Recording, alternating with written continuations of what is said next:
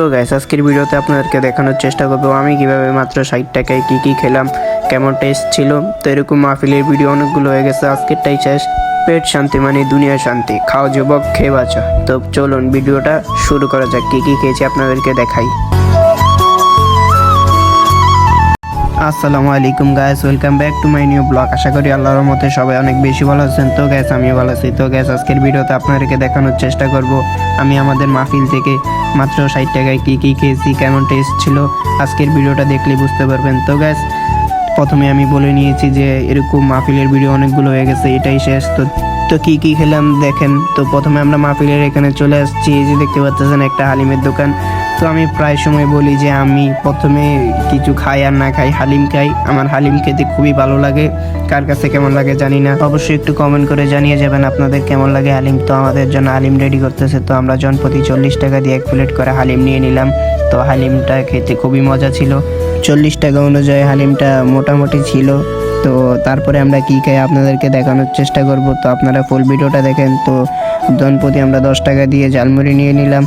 তো ঝালমুড়িটা খাইতে খুবই মজা ছিল, আমরা সবসময় এনার থেকে ঝালমুড়ি খাই আর কি।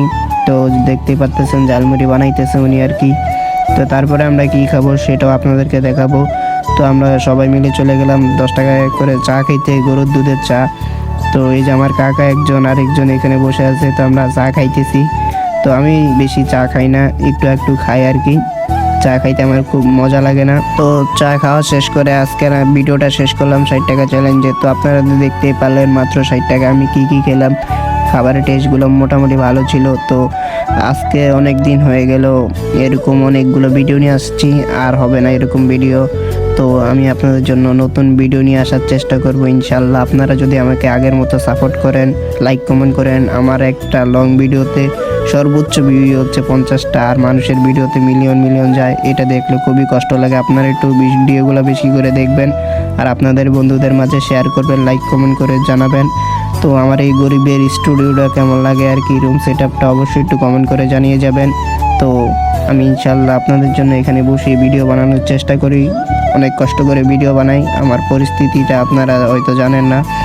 তো এই ছিল আজকের ভিডিও, দেখা হচ্ছে নেক্সট কোনো ভিডিওতে। সে পর্যন্ত ভালো থাকবেন, সুস্থ থাকবেন, আমাদের ইউটিউব চ্যানেলটা সাবস্ক্রাইব করবেন। সবাই ভালো থাকবেন, আল্লাহ হাফেজ। নামাজ বাদ দিয়ে অনুবন্ধী এরপরে জীবন বেশি সুন্দর।